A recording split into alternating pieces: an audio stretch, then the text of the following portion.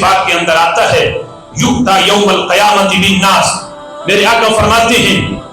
قیامت کے دن کچھ لوگوں کو لایا جائے گا جس وقت وہ دور سے میدان محشر میں آ رہے ہوں گے، معہم من الحسنات کامثال جبل التہامہ،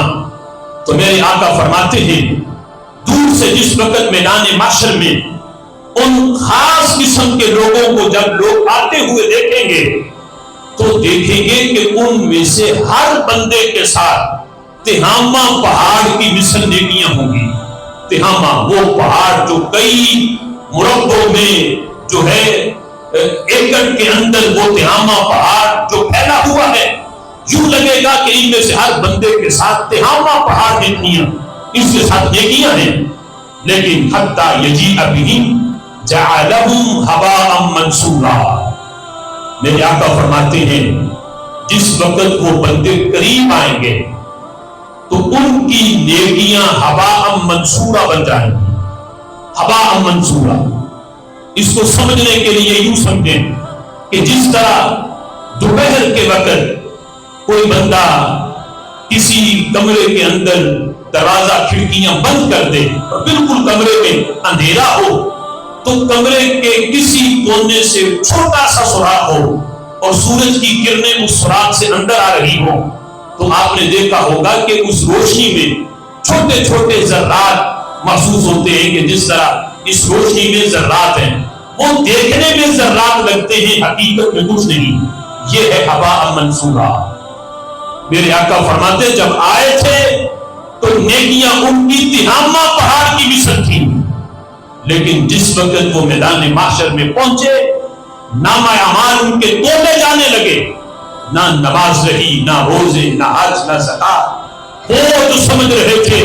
ہم نے ساری زندگی بڑا صدقہ خیرات کیا ہے، ہم نے ساری زندگی بڑی نمازیں پڑھی ہیں، پہلی صف میں باجماعت نماز پڑھی ہے، حج ہم نے ہر سال کیا ہے، کبھی نہیں چھوڑا، عمریں لاتعداد ہیں، بڑا کچھ کیا ہے، لیکن یہ نہیں سوچا کہ ساتھ کسی کا حق بھی کھایا ہوا ہے، یہ نہیں سوچا کہ حرام بھی کھایا ہے، یہ نہیں سوچا کہ سود بھی کھایا ہے، یہ نہیں سوچا کہ ہم نے ساتھ رشوت بھی دی ہے، یہ ساری چیزیں پر ان کی طرف توجہ نہیں تھی، وہ سمجھ رہے تھے اعمال بڑے ہیں، لیکن جس وقت تولے جائیں گے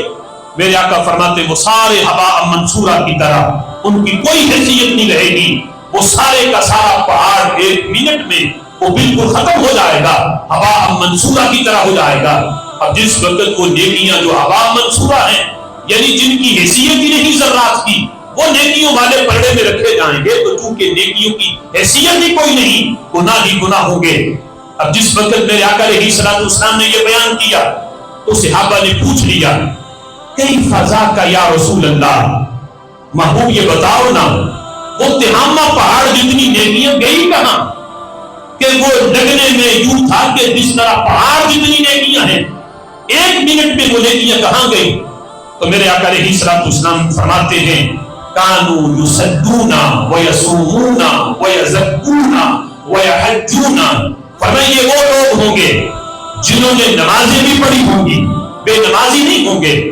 نمازیں پڑھی ہیں، حج کیا ہے، زکاتیں دی ہیں، روزے بھی رکھے ہیں، لیکن اس کے ساتھ ساتھ کسی کا ناحق مال کھایا ہے، سود کھایا ہے، ناجائز کسی کی زمین پہ قبضہ کیا ہے، مال ناجائز کھایا ہے، کسی سے رشوت لی ہے، کسی کو اس لحاظ سے ناجائز حرام یہ کاروبار کیا ہے، یہ ساری چیزیں ساتھ ہیں۔ فرمایا وہ حرام کی نحوست نے ان کی نمازیں بھی ضائع کر دی، روزے بھی ضائع کر دیے، حج بھی ضائع کر دیے، سارے نیکیاں ان کی ختم ہو گئی۔ فرمایا یہ سبب ہے، یہ نحوست ہے حرام کی کہ انہوں نے اللہ کی حرام کردہ چیزوں سے اجتناب نہیں کیا، ان میں پڑے رہے۔ آج یہ صورتحال ہے، نیکیاں تو پہاڑ جتنی کی تھی لیکن آج نامہ اعمال میں ان کی حیثیت اللہ نے ھباء منثورا کی طرح بنا دی۔